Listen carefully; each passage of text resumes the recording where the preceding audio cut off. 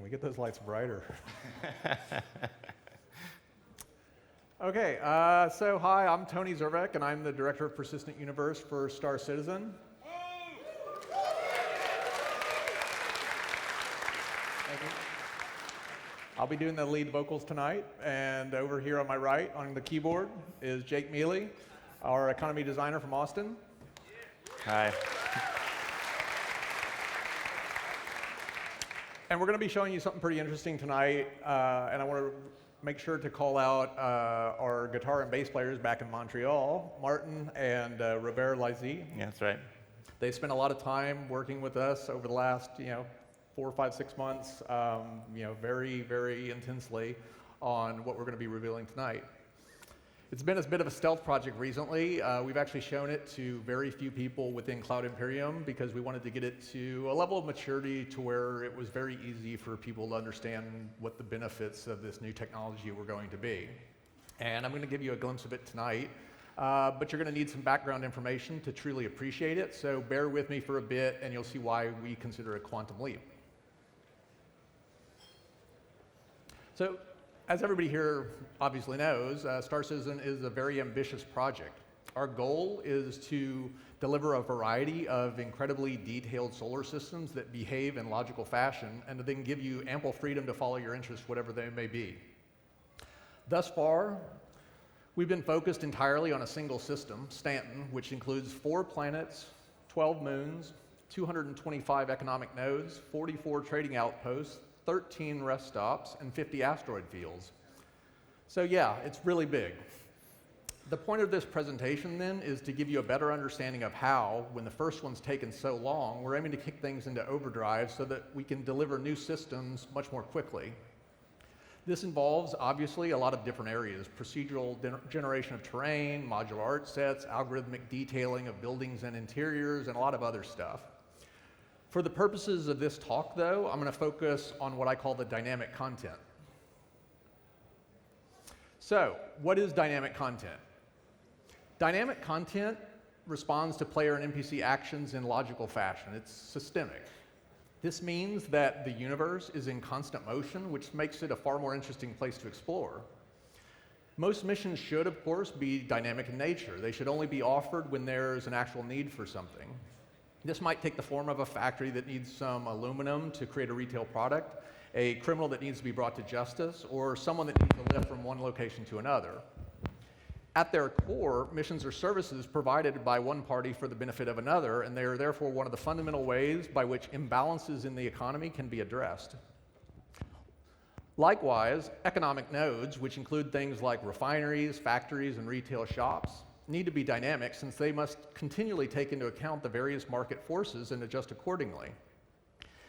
When demand for something outstrips supply, whether it's iron ore, bullets, or ship repairs, you expect prices to rise. And conversely, when there's an excess of something, you expect that prices will fall. There's more to it, of course. Concepts like marginal demand and price discovery require a fair bit of math. But in the end, it's all about the constant search for equilibrium as production and consumption levels vary. I'll get around to explaining probability volumes in more detail in a bit, but suffice to say for now that they dictate what you encounter as you travel through a given area. As such, they should definitely be dynamic. So, for example, if a new field of asteroids rich in valuable commodities is discovered, you'd expect to find a lot of NPC miners in the area, but as the resources are gradually depleted, their numbers should start to fall off. Pirates should gravitate toward areas with a lot of value to plunder and recoil as the amount of security ticks up. So let's look into each of these areas in a bit more detail and see why we've struggled to set up a single solar system and at the same time get a precise understanding of what needs to happen so that we can start moving a lot faster. We'll start with the missions. A Star Citizen mission is fundamentally just a container for code and data, similar in concept to a class in any of a multitude of modern-day programming languages. Inputs can be passed into a mission from either the runtime environment or services to allow for customization. This allows designers to do things like, say, inject the type and quantity of cargo, whether the ship should be damaged or not, and where the ship should be heading, into a generic transport scenario so that we can reuse the same framework for a lot of different situations. Missions can have content tags embedded within themselves to denote their composition, whether they contain security, pirates, freighters, miners, asteroids, or some kind of a combination. Missions can also have thematic tags applied. These don't specify physical content, but rather detail the headline story behind the scenario that a designer created. So designers can differentiate between a straightforward pirate encounter versus one that includes an ambush. Once these descriptors have been assigned, the missions are injected into a database that other systems can access so that they can be instantiated and customized depending upon the situation. This, however, is where we start to run into some major problems. Designers have to explicitly link missions to various constructs within the game, an NPC mission giver, for example, or a probability volume covering the area around yellow. This is time-consuming and greatly complicates maintenance. If a content tag, like pirate, is split into subtags like pirate light and pirate heavy so that we can have more control over what we're aiming to instantiate, you have to go to every place you had assigned the original mission category and individually determine which of the new ones should be enabled. Worse, this isn't dynamic at all. Mission content is fixed to specific NPCs and locations, so there's no evolution. The universe is completely static.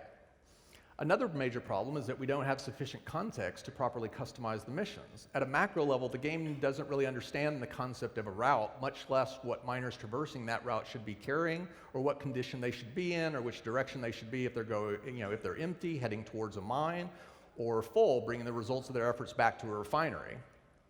This lack of context means that we can't exploit a mission's ability to have information injected into it for customization, and that means that you see a lot less diversity, despite requiring just as much work. The last problem, and it's a big one, is that there's no NPC regulation of the mission content. Missions are the basic units of work for the economy, and if someone doesn't do what needs to be done, then everything grinds to a halt. In a properly functioning system, NPCs need the ability to step up if players aren't going to, and the risk reward justifies the effort, and do the work themselves. If a commodity can be purchased at one location and sold at another for a dramatic markup, and there isn't enough cost or risk involved in the transport to warrant the differential, NPCs should seize the opportunity and move the material themselves until the price starts to make sense. So let's talk about economic nodes now. An economic node is an entity within the game which might be represented via an actual storefront, a kiosk, a UI interface, or an NPC that possesses an item manifest detailing the items it wants to buy or sell, storage capacity, and a fair bit of data related to determining prices. This includes refineries that process ore, factories that produce goods, and retail stores where you buy finished products. Factory inputs aren't explicitly denoted, but are instead derived from the production formulae of whatever they manufacture. Prices, what economic nodes are willing to pay for their inputs, and what they want in order to sell, are determined algorithmically based upon the rate of change of their inventory versus the tangent of a pricing curve. This means that they're smart enough to, say, raise the price of what they're selling even when their inventory is low if they detect that they're being resupplied at a sufficient rate to get where they want to be in a reasonable amount of time.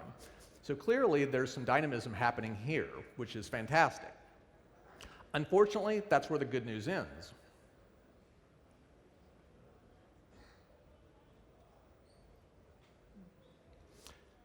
As with missions, economic nodes don't have any real context in terms of supply and demand, and there's no systemic flow of goods throughout the economy. Why does a refinery want ore? Why is an NPC willing to buy some drugs from you? Where does the shop get the goods that it's selling? Right now, the answer to all these questions is the same. We fake it. Economic nodes conjure up their own supply and demand out of thin air. If a node is designated as wanting to purchase a particular item, for example, designers dictate a formula that describes how that inventory will be gradually burned off so that they want more. These products you deliver to a node then, they don't actually go anywhere. There's no real demand.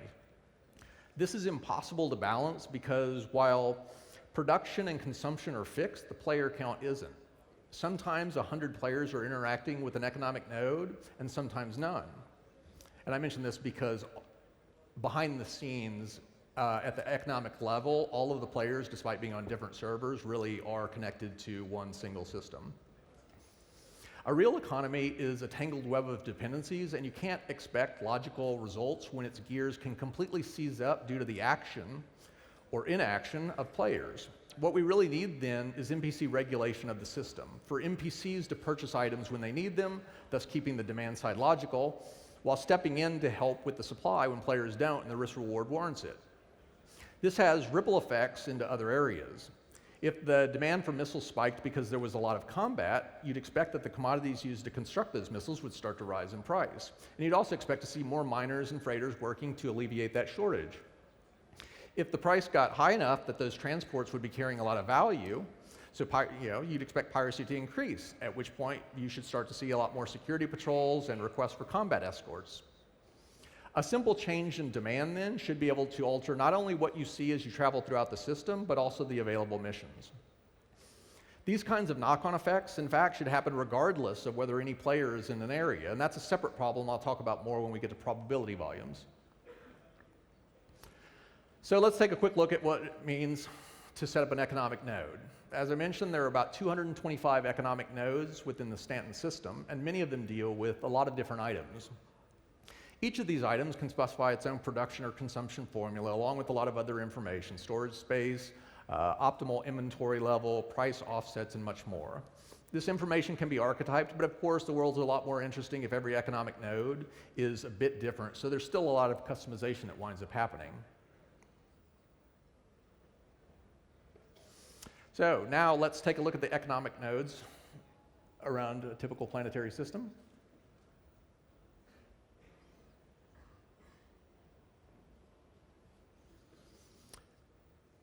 And finally, let's take a look at the economic nodes around the entire Stanton solar system.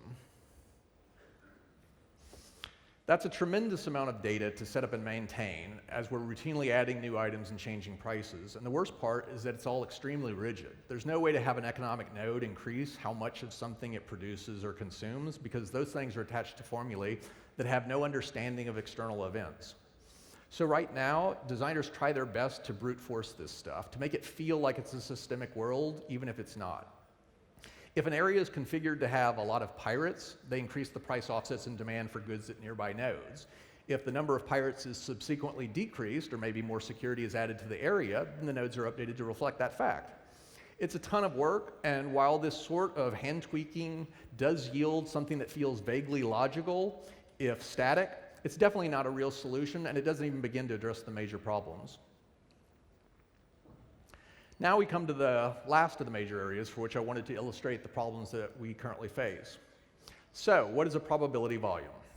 A probability volume is an area of space that contains information detailing what you should see as you pass through the area. It's an optimization of sorts in that it allows us to achieve a desired effect, a certain number of pirates in an area, or a particular likelihood of encountering a freighter filled with iron ore, without having to burn a lot of computational horsepower simulating things when there are no players around to see it. This is accomplished via linking mission content tags to probability curves that span all or part of the expanse of the volume. So, for example, you can denote that security ships are commonplace near Port Olisar and gradually fall off over a couple hundred kilometers, whereas it's very rare to see pirates who would prefer to avoid security close to Port Olisar, but more likely to see them as you get farther away. There are quite a few different types of curves denoting, because until a player actually accepts one of these missions and heads to that location, there are a variety of probabilities. I think some of our notes got screwed up here. Anyway, so one of the more interesting types of curves is the spoofing curve, which allows missions to skirt the normal rules, requiring that they can only be created in the proximity of a player. And this is done so that an NPC can request that you travel to them to provide something they desire, in which case, obviously, we can't limit them to only existing in yours or another player's immediate proximity. This is how combat assist is currently handled, and we'll be adding some other things like NPC refuel and NPC passenger transport in the near future. The reason it's called spoofing is because we only keep a small stub active on the back end, which is way more efficient. We've got other types of curves. There are reinforcement curves that allow designers to dictate how quickly backup tends to arrive when you've been identified as a felon, and we also have the ability to modulate that time according to how far away you are from the place you were last spotted and how long ago that was. There are bounty hunter curves, which allow us to link to a probability, to your wanted level so that we can increase the encounter frequency when they'd actually be hunting you, and otherwise keep them very rare. Let's continue on, though, and get a better understanding of how exactly probability volumes works. Here we have an area of space that's marked up as having a certain probability of pirates and freighters, security, asteroids, and derelict ships. Now let's go ahead and activate all of that content. That's a lot of content to simulate when no one is around to see it. A lot of pathfinding NPCs, animations, vehicle physics, collision detection. Now let's go ahead and introduce a player and clear the board. Those pirates and freighters and everything else, they still exist, but only in a probabilistic state. As the player traverses through the volume, we roll the dice on the various curves and force the probabilities to make a choice. Does that content exist at that location or doesn't it? Here, the player gets a hit from the asteroid probability. So the mission database is then queried to find missions with the associated content tag, dynamic parameters injected, and the mission is instantiated. And now a bit later, the player trips the freighter probability and then eventually runs into a pirate. The key point here is that much of the world exists as a superposition of probabilities until a player gets sufficiently close that the wave functions collapse, at which point we instantiate them and start simulating the full-blown entities. One of the quirks with probability volumes is that they usually represent a variety of low-frequency events. Space is big after all, and even in a pretty heavily populated area, you shouldn't be running into other ships all that often. The problem is that the likelihood of multiple events happening simultaneously is a product of their probabilities, meaning that it's very unlikely you'd ever see two or more at the same time. So let's go ahead and see what this means in practice. Here's a player traversing a probability volume. He makes it through a good part of it before the freighter's probability curve determines that an encounter has occurred, at which point the probability volume queries the mission database with the freighter tag and instantiates a compatible mission. The player continues on, and shortly thereafter, the pirate's probability curve indicates a hit, which triggers another lookup into the mission database. There's nothing fundamentally wrong with this. In fact, it's a pretty accurate representation of what you'd realistically expect to see. Two rare events happening on their own schedule. The systemic behavior of the freighter and the pirate, even if spawned separately, would allow them to logically react to one another. So if they were spawned in close enough proximity, the pirate might even attack the freighter. The problem is that this approach lets the algorithms dictate too much of the experience, and if you're not careful, this can lead to the gameplay starting to feel very formulaic. What we really want is the ability for designers to craft more custom content and to then have a mechanism by which we can trigger it such that it all feels logical, if a bit lucky in the timing. So what we do instead of basically allowing the algorithms to entirely control what you see is we defer the activation for a short period of time and bend the probabilities of other things so that we're more likely to get a combination than would otherwise be the case. So they once again the player once again triggers the freighter's probability, but rather than, you already got it? Yeah, so we're running a little bit ahead. But basically what you've seen here is the player hit the freighter's probability, held on to it. We bent the probabilities to increase the likelihood of anything else being able to be attached. In this case, that involved the freighter. It involved the pirate, rather. So why does this matter? Think about a pirate and a freighter being created separately. It's going to take a good while for the pirate to close the distance with the freighter, disable it, park next to it, and board it. This means that you'd never come upon a situation where the freighter's already been disabled and the pirates are rampaging through the ship, so you'd better hurry if you want to save the crew. That's actually a really interesting scenario, though, one that'd be a lot of fun to experience. So while we're fine with the systemic functionality, driving things by default, we want to be able to bend things towards more interesting situations without it ever feeling too random every once in a while. The problem with probability volumes, then, all comes down to their construction. Each one, and there are lots of them, contains a litany of curves and associated data and is set up by hand, which is time-consuming and requires constant updating as other things change. One of the main reasons why they're so difficult to maintain is that many of the variables that a probability volume details should impact one another. More security in an area should of course impact the number of pirates, but because they're all handled independently, designers have to be very careful when modifying them. Mistakes are inevitably made, which results in a lot of sleuthing around to figure out what broke or is now poorly balanced and how to resolve it. The worst thing, though, is that they're static. If an area has a lot of pirates, it will always have a lot of pirates. There's nothing you or the NPC population can do to change that. Rewards won't vary based upon the level of threat in an area because the threat is always the same. A new commodity discovery won't cause miners to move in to exploit it and won't in turn attract pirates eager to prey on them. Demand for security patrols and escorts for that area won't increase in response to the pirates, and the pirate threat won't recede as a result. What we really need then is a way to dynamically derive the probability curves based upon what's happening, or rather should be happening when we manage to resolve all these problems I've been pointing out across the solar system. So I've called out a lot of very serious problems, things that require enormous amounts of bandwidth to set up and maintain and that still fail to deliver the experience we want. What we actually want is a dynamic, logical universe. We want the demand for goods and services to be the result of a legitimate economic need, and we must have sufficient runtime context so that we can customize these modular mission templates. NPCs must be able to contribute in helping to turn the gears of the economy from buying and selling goods to creating and accepting missions. The system needs to automatically balance itself so that we can focus on the high-level rules instead of the details. All of this, too, has to be incredibly computationally efficient, which means we need a more focused simulation engine, one that's only concerned with what we need to achieve the desired effect. If we're ever going to reach a point where we can deliver new solar systems in a reasonable amount of time, then we're going to need to make a quantum leap. So, what's the solution?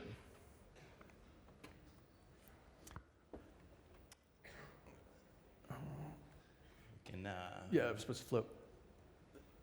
We'll flip over to the end there. Yep, let's go ahead and flip the screens.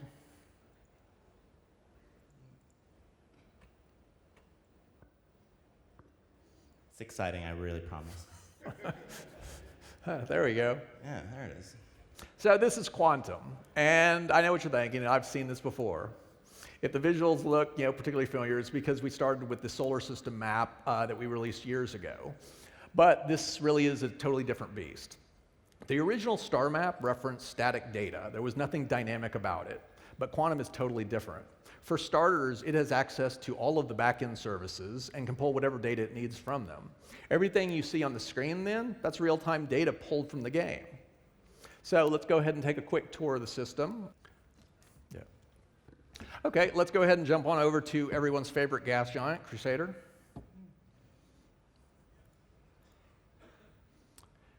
And in the background there, you can see Port Olisar. Let's go ahead and bring that up.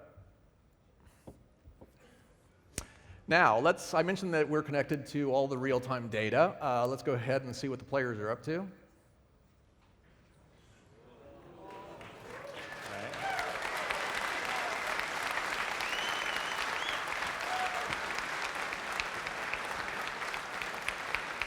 So, each of those red dots is a real player, thousands of them across well over 100 servers. Now, to be honest, we recorded this earlier mainly because we didn't know how many people would be playing the game while we were doing this show. 'Cause y'all are right here, right? And I figured it would be totally anticlimactic to say, here are all the players, and 3 dots showed up. So let's go ahead and continue the tour of the solar system and jump on over to Daymar.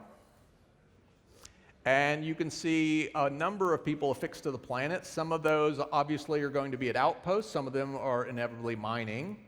Over there on the right, you can see the current player list. Let's go ahead and see what a couple players are up to. Just go ahead and highlight them so we can see where they're at. And let's go ahead and jump to Circo Worm and see where he's at.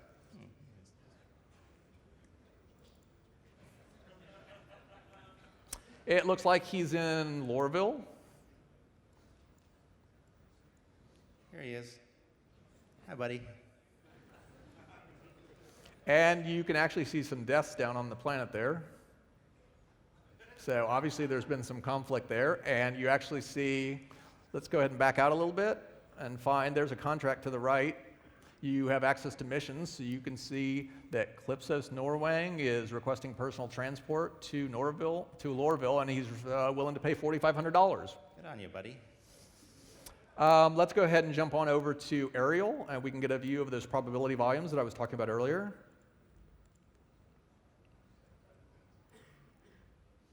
And so what you're seeing here, as I mentioned, there are a variety of different types and lots of different content and thematic tags for all these things. So you can see everything from the default tags, you can see the security reinforcement tags, the bounty hunter tags, the spoofing tags. There are a number of these. We'll be adding more. In general, what it's doing is, as I mentioned, it's basically representing things in probabilistic state because it's too expensive for us to fully simulate them.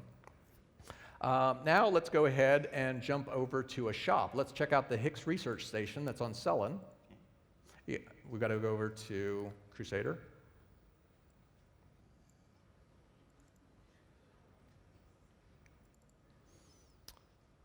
And let's go ahead and open up that shop.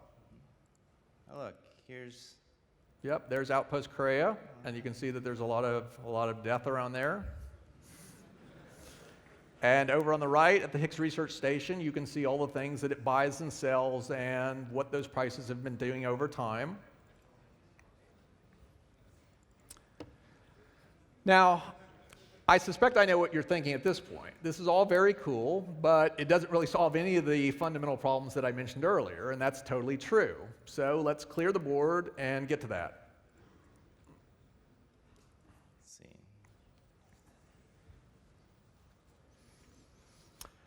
So the primary reason for quantum's existence is to enable us to have one unified world where we can, simulate millions of NPCs and feed back into that all of the player actions into one unified whole. So there's really no difference. There are some optimized areas, the probability volumes that exist in between these two realities, but really this is the full-blown simulation. It takes into account all the player actions. So let's go ahead and start by bringing 1,000 quanta to life. You on the wrong one? Yeah, that's fine. So Jake here is cranking the number of quanta up to 1,000, and they're basically going to come streaming in from another system. Flowing into the universe there. These are simulated entities.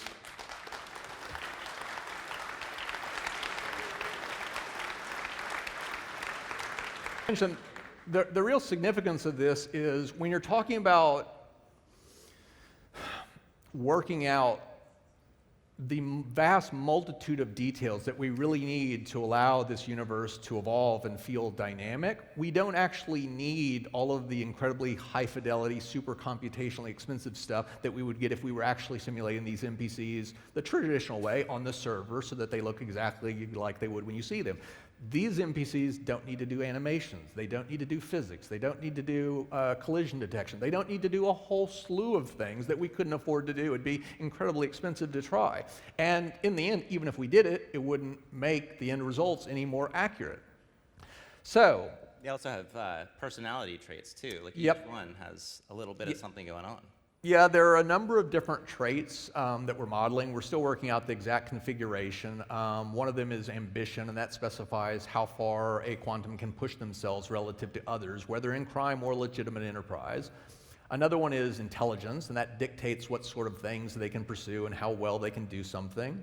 Happiness is a measure of whether a quantum, the singular form of quanta, is miserable or content, and unhappy quanta want to change their situation, move to a new location, change occupations, and that sort of thing. Aggression controls the lengths to which a quantum will go to achieve their objective. A business-oriented quantum with a lot of aggression might push their workers harder, trading their happiness for more profit, and as a result have to deal with more turnover. And lastly, criminality, that determines the amount of criminal behavior that a quantum will consider. No criminality equates to a law-abiding quantum. Having a very little means that they might be willing to commit some minor crimes like smuggling or illegal mining. And a lot means that they're open to piracy and murder. They can have possessions, store up money, own a ship or property, have a home. Now, all of these quanta have basically come to rest within the system. And the reason for that is because there's nothing for them to do. There's no reason for them to get up off of the couch. So, let's jump to the next slide.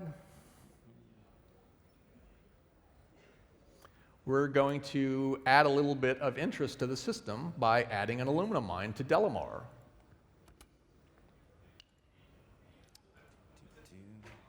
So we've now injected a mine onto Delamar, and yet you see the Quanta still refuse to do anything. And that's because there's no economic reason for them to do it. There's nothing to do with the ore that they could go and extract. Let's go ahead and open up that card, though. So that card represents the mine on Delamar, and you can see a couple of stats towards the top, quantity and purity. And what these are is basically telling you how much of that material is in that mine, and purity is to some degree a measure of concentration. It effectively details how easy it is to extract it. There are a couple of parameters at the bottom that are temporary. Those will eventually be derived from those top two parameters, but for right now we can override it for some of the testing that we've been doing. So let's go ahead and jump to the next. So now we're going to go ahead and add an aluminum refinery to Crusader.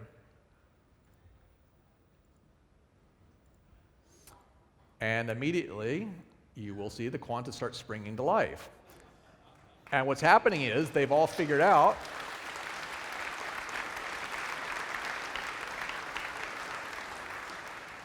that refinery, it wants to build up a stockpile of aluminum. And in order to do that, it needs some raw aluminum ore. And thus, it's willing to pay for it. And so the Quanta are seizing upon that economic opportunity, heading out to Delamar, doing the work, extracting that ore, and taking it back to the refinery. And this will continue until it's full. So let's go ahead and open that card up again, and we can watch the refined aluminum ore gradually build up.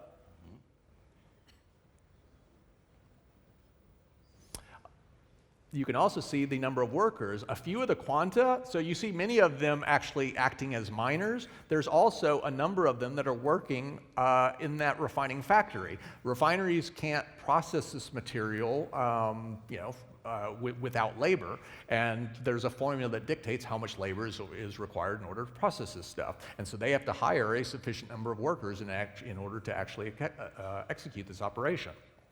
And so this would continue for quite a while. Let's go ahead and speed up the simulation a bit and go ahead and keep watching the aluminum inventory. That's finished, so they're now building up their raw ore to basically load up, and after that, the entire economy comes to a halt. The one refiner we've added has no more incentive to buy more. Its storage houses are already full, and therefore it's not willing to buy. Since it's not willing to buy, the Quanta have nothing to do. So what we're going to do now is add a factory. But before we do that, let's head on over to the power plant formula. And you can see here that building a power plant, just like refining ore, requires something. It requires 10 workers working for a duration of 60 ticks. And it also notably requires 2 units of refined aluminum ore in order to produce one power plant. It's got to be more complicated than that, I promise. So. Yes. Again, we're building up. So let's go ahead and add the factory to Hurston.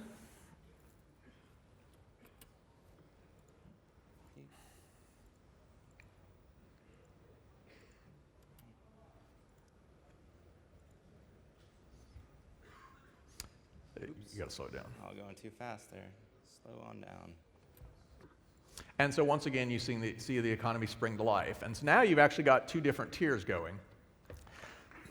The factory, let's go ahead and open up the factory.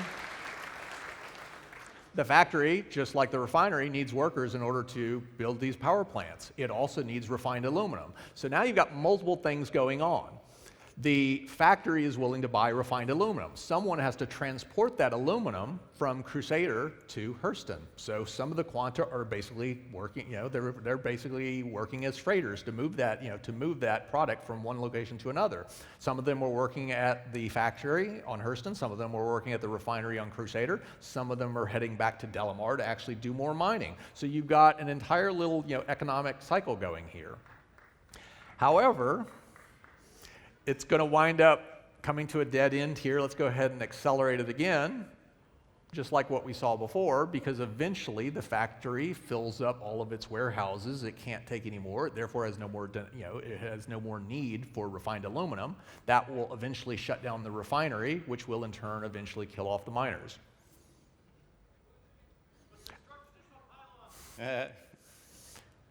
And you can see there that the inventory is still building on the aluminum, which is why there's still some activity. There's a lot, yeah. But as soon as it's done, it starts flatlining, so you see that the inventory is capped out. Yep, and now they're almost done. The factory is basically got, it's got all it can handle. The refinery has all of all it can handle. Therefore, the entire loop draws to close again. So let's add one more node. Let's add a shop that sells power plants to ArcCorp.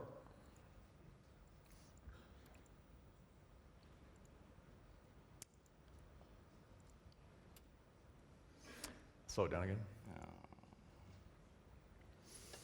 And so now the loop is a bit more complicated. The shop is it's a retail shop, it's looking to sell power plants. In order to do that, it needs to be able to buy them for one price, sell them for another. So it adds its markup on, and it, just like the factory that requires transport of the refined aluminum from Crusader to Hurston, it needs the power plants transported from the factory to it. And so if you notice, if the individual quanta, they'll actually have a little translucent circle around them if they're carrying goods. And so you can easily differentiate whether or not the ones that are moving, for example, from Hurston back to the mine are empty. They're going to load up on ore. And then when they're heading back to Delamar, and then from Delamar back to Crusader, they've actually all got ore. And so this loop will actually continue indefinitely. And the reason is because we've cheated something for tonight, and it sounds very similar to what I was basically saying was a bad idea earlier, which is the shop right now is a simple consumer. It's burning off that inventory. The difference here is that the solution to that is very simple in the context of quantum. And the reason is these quanta, the next step of what we'll be working on is they'll actually require ships. Ships require engines. And so all of a sudden there's a real demand for how many power plants do you need? How many ships do you need? It all follows those same logical equations. So let's go ahead and add a bit more economic complexity. Actually, a slide.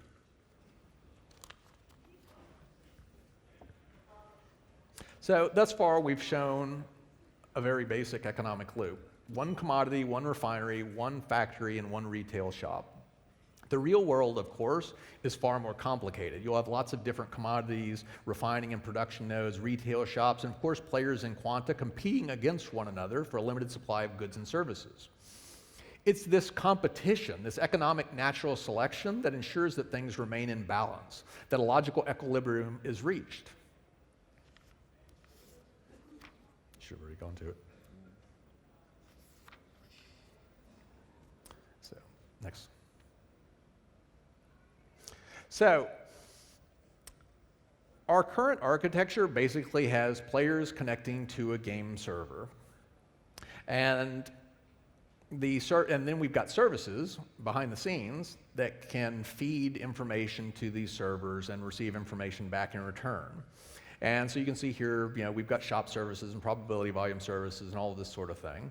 The basic problem with this arrangement is that services don't have any knowledge of what NPCs are doing, or rather what they should be doing. So that shop service that controls the prices, it's got algorithms, but it has no real understanding. It doesn't understand that there are 10,000 NPCs that do or don't need this, or what pirates are doing, or any of that. We don't simulate at that high level anywhere within the game right now. You have servers that basically instantiate the stuff near you, and you have the services that can run these formula, and that's basically it. Now, they can implement these services, these algorithmic price calculations, but supply and demand only comes from players and hard-coded formulae. And it's the same for missions and PVs. The data is completely static and can't evolve. The number of servers, of course, as we've seen here, it varies depending upon how many players are in the game. So let's go ahead and add quantum. Quantum changes this in dramatic fashion. It gives us a place where we can efficiently simulate NPC behavior and then feeds that behavior to the game server so that players can experience it. Further, it allows player actions to be fed back into the simulation so that there's no meaningful difference between the real and simulated worlds. Quantum creates a complete loop. NPCs can be simulated in efficient fashion. And I actually meant to say that quantum feeds the services, which in turn feed the game servers. So let's go ahead and get back to the simulation. And what we're going to do now is alter the power plant formula. So let's add a bit of complexity by changing the production formula for power plants to require laranite.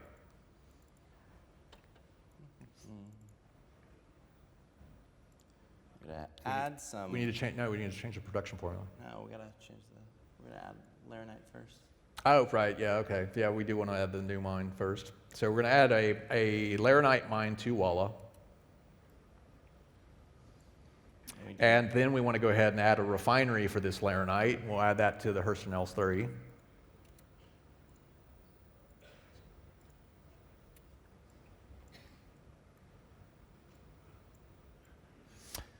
And now let's go ahead and adjust that power plant formula.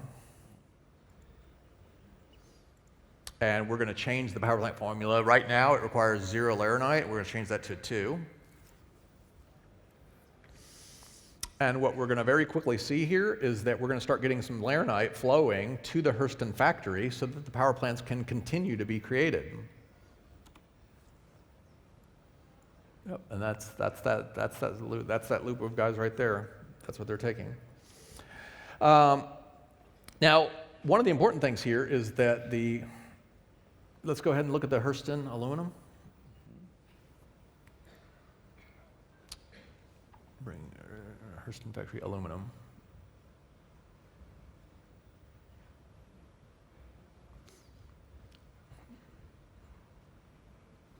Now, what wound up happening there is it was very low for a period of time, and that's because they were actually burning off that aluminum inventory as fast as they could get it. And the reason why you see that spike there in the aluminum inventory is because as soon as we altered the formula so that power plants now require laranite, they were still receiving from all these freighter transports. They still had aluminum coming in, but they could no longer produce power plants. So it stalled, and then all of a sudden they started stockpiling. And then when you see that the aluminum started falling, that's because finally they started receiving supplies of laranite, and they were able to resume the production process. And so all of a sudden, their aluminum started getting burned off at a natural rate.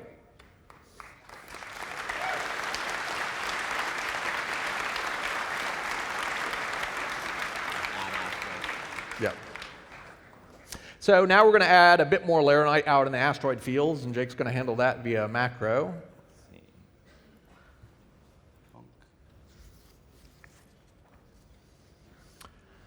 And now let's go ahead and increase the supply of aluminum and see what happens.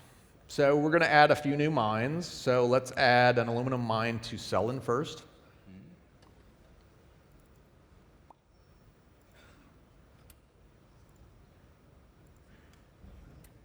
And let's add one to Aberdeen as well.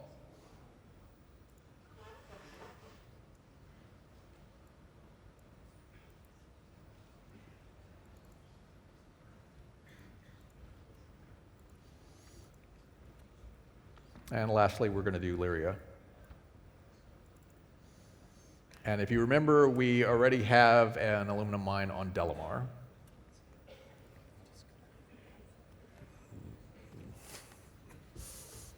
They're telling us we need to hurry up. You can jump ahead, I guess. You guys want us to hurry up or keep going?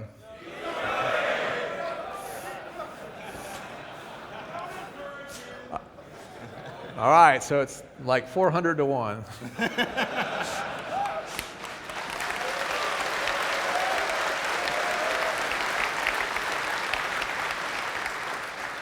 Let's add a couple more aluminum refineries as well to the Crusader L4 and ArcCorp L1.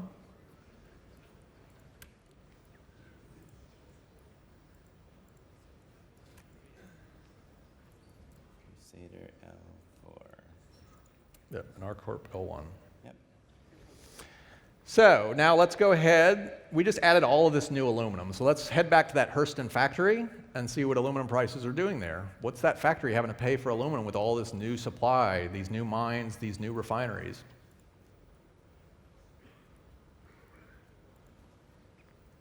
And there you see that the price is starting to fall off.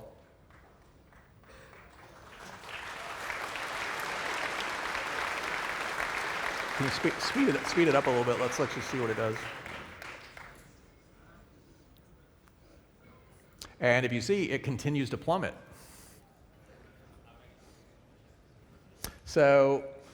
those prices are pretty much falling off a cliff now from all that extra supply that's been brought on without us having to go back and rebalance anything. So let's go ahead and head on over to Cellin. And you can see that Cellin is in very close proximity to Crusader. So you've got an aluminum refinery and aluminum mining, yet there's very little activity. And the reason is because the aluminum at that mine is very difficult to extract. So let's go ahead and adjust the mining time on Cellin from 180 to 120. Here it is. And what this, again, reflects is how difficult it is to extract from that particular location. And so you see, there now you see a few guys are actually willing to put in the amount of work necessary to extract it. Not all of them, it's still a lot of effort. And this comes back to every one of these guys having their own individual set of traits. So some of them were willing to endure, more risk, more, more effort, that sort of thing. So let's go ahead now and increase the laranite consumption. Hurry up a little bit. We can jump ahead to the. Let's just go with normal pace. All right. There you go. So let's make the laranite more difficult to work with and more rare and see what happens there. So we're going to adjust the global laranite refining time from 60 to 120. We're adjusting the time on Walla to be. We're going to do both. The global refining time, we want to take it to 60 to 120. And Walla's extraction time goes from 60 to 180. That's right. Who's on fine? 60 to 120. No. Laranite. So what we've just done is basically make it more time consuming, more difficult to refine it, and we've basically made it more difficult to pull it out of the ground. So let's go ahead and apply a macro also to reduce the default purity of laranite from 50 to 16%, which means that refineries are going to need more ore to produce the same amount of refined product. We active? And now let's go ahead and take a look at the laranite prices on the Hurston factory. So we just did 3 different things to make it considerably, more expensive for laranite to be utilized. Speed up that time. And you speed it up, and you can see that laranite prices are going up. It looks like they're starting to skyrocket. This could be a complete economic disaster. If you notice, they're just going up. So what we're going to do now to bring that back into control is let's go adjust the power plant formula to compensate a bit. So let's adjust it from, instead of 2 laranite, let's change it to 0.1. So we just reduced the amount of laranite needed in the economy by 95%. And let's head back and check out the prices again.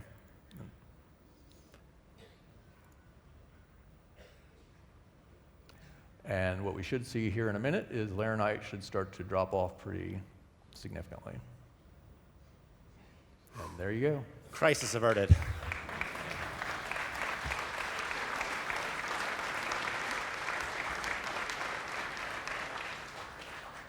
And this will continue to drop if we watch it. You always get a little bit of turbulence because you've already got contracts set up and stuff. Right. Go ahead and leave it in. I want to see it drop a little bit more. We all want to see it, Tony.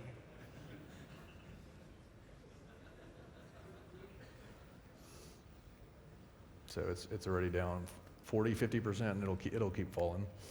Okay, so now let's go ahead and add some additional factories. Delamar looks pretty dead. There isn't a lot of economic activity happening over there. So let's add a bit of life by adding a new power plant factory.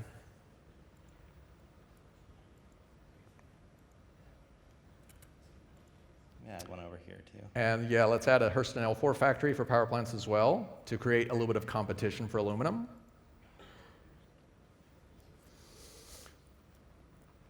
And then let's head on over to Hurston factory, and let's check out their workers. You notice that their workers are falling off a cliff. What is happening? Well, we just opened up a new power plant factory, and they're getting offered better wages from another place. And so,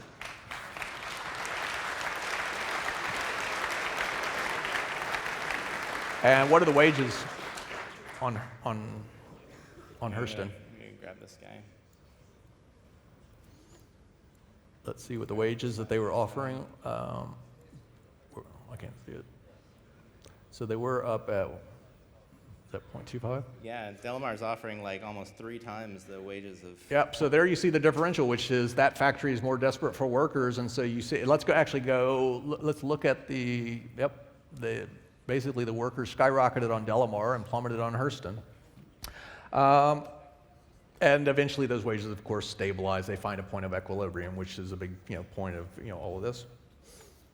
So let's go ahead now and make some major changes. We're going to do this with a macro, and you can see where we currently stand on the slide. There's like a bunch of stuff that we were supposed to be showing here. Absorb it quickly, everyone. There we go. So we've added lots of aluminum, titanium, and agricium. In the entries that you see on the screen marked system, all of the moons now have deposits. We've added a bit more laranite, but it's still pretty rare. We've also added a lot of new refineries. We've added cooler and quantum drive recipes to most factories, and they require aluminum, laranite, titanium, and agricium. The demand for coolers and quantum drives has been introduced, and we've also increased the demand for power plants. And lastly, we've increased, you can see there at the bottom of the screen, the number of quanta from 1,000 to 2,000 so that we've got enough workers to keep the economy humming. Now, previously, we've seen pretty obvious cause and effect. At this point, though, the economy is starting to get pretty complicated. And we can look at a few graphs to just see what's going on with some of the prices to see this. And this is one of the most interesting things about a really complicated economy, which is these changes in quantities and prices, the purposeful movement of quanta, this dynamism. These are all opportunities that you're going to be able to exploit within the game, and they're in constant logical motion.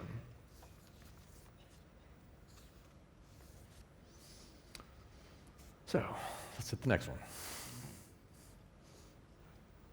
Be a shame if somebody came to steal from these people, huh? Yep, we'll bring up the slide. Oh, okay. You gotta bring the slide. All right, so now we've introduced some pirates. Let's go ahead, and so you can see that there are 4 pirate kraken. There's the Nova Riders, Low Riders, Nine Tails, and Dusters. Pirates have to return to one of their bases in order to refuel, rearm. Let's go ahead. If you notice, they head to the areas of highest value. Let's go ahead and zoom in there. And you can see that those are missions being created by the NPCs, no different than players would. In other words, you see a lot of deaths on a route that's got a lot of value. And go ahead and hover over some of those contracts. These are contracts that are being thrown out by the NPCs on that route. What's happening is the NPCs are basically being, some of the freighters are being picked on by the pirates, the ship is being destroyed, and now that NPC has ejected and needs transport back to civilization. And so they're requesting that. And these are missions that would be fed back into the game that you'd see, and you could wind up accepting these.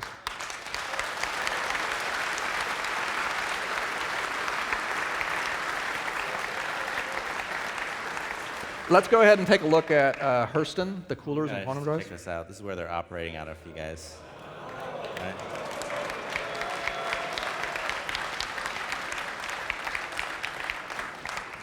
What do you want to go check out? The Hurston, let's look at what happened to the cooler and quantum drives. Oh, yeah. So since we've now got a lot of pirate activity on that route, we want to see what's happening to the cost of some of those goods.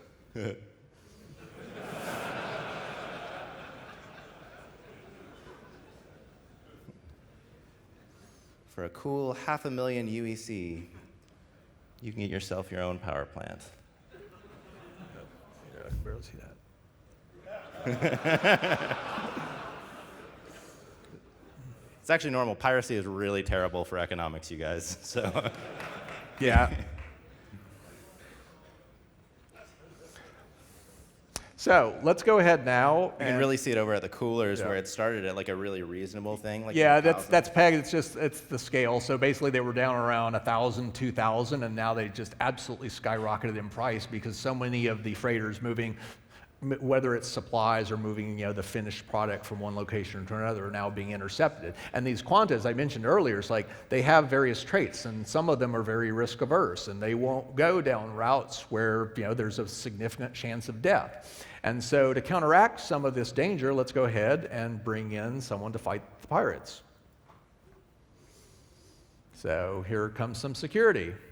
And what you'll notice is that security is drawn to areas of conflict where there's a lot of deaths and such. So they're going to wind up gravitating towards those areas where there's a lot of piracy. And there you can see them. Go ahead and over. Go speed it up a little bit. Not 200. It's 200 is too fast. It's difficult to tell what's going on.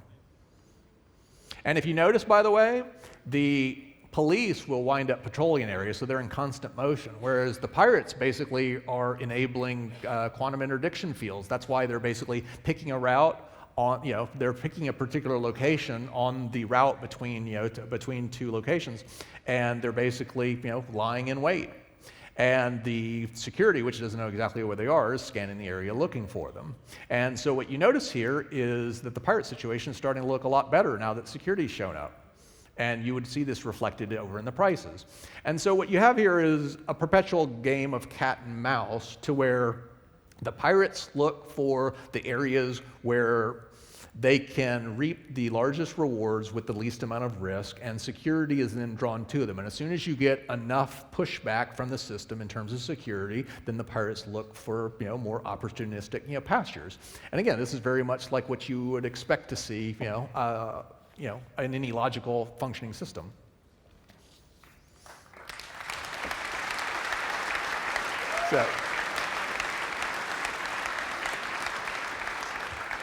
So let's go ahead and turn on the grid. And what you're looking at here is one of the big problems I referred to earlier is how we wind up getting samplings of this, of how we generate probability volumes. And so what this is showing you is we can look at one of these high conflict areas, and it's basically tabulating exactly what's in that area. So you can see that there are 10 total quanta, 1 freighter, 11 pirates, 5 security. It also shows you the total value being transported. You know exactly what's going down that route. Let's take a look at a few other locations. Here you see the security and pirates are fairly even. 6 pirates, 7 security. A decent amount of value, 6 freighters. So there's actually an almost equivalent number of freighters, pirates, and security. This is the information that quantum, and it's a small piece of the whole, this is what it would wind up feeding periodically to the probability volume services, so that designers no longer need to go in and say, oh, well, we're going to hard code a certain amount of security, a certain amount of freighters, and it can never change. We ship it, that's all it's ever going to be. In this case, the simulation is running, it's constantly ebbing and flowing. And your actions over on the game side get factored into this result, just like any of the quanta in this simulation.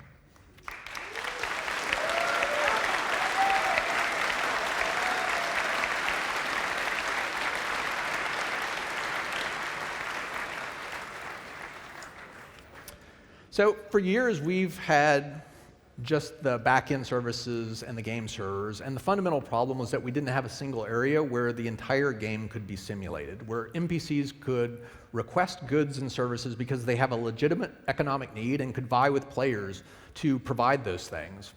We didn't have a way for this activity to determine what you see as you wander around the universe, thus eliminating the need to spend enormous sums of effort configuring vast quantities of static data that could never deliver the dynamic experience we really wanted. Quantum solves all of these issues. It also provides us with a lot more context, which means that concepts not previously understood, like how much risk there is in taking an item from point A to point B, can now be easily calculated. Information like this is vitally important to the price discovery machinery, and as I spoke about earlier, in a properly functioning economy, such things can and will generate a lot of ripples. We also get the information necessary to properly customize mission content, meaning we can deliver a lot more environmental and mission diversity without having to do any more work. I've covered a few of the large areas that quantum will impact, but the effects will be felt far wider. How many NPCs you see at a landing zone, for example, and what they're doing can now change over time. Manufacturing towns might boom and bust depending upon how much commerce is passing through them at any given moment. NPCs can grow and evolve separately from their interactions with players into powerful bosses, potentially, and you'll be able to witness their growth in lots of different ways. Criminal NPCs with a price on their head can move around the universe just like a player, making trying to catch them that much more fun. We've got a lot more work to do before Quantum is ready for integration with the rest of the game, but it's one of the last big steps in setting us up for a completely dynamic and systemic universe. Thanks for listening.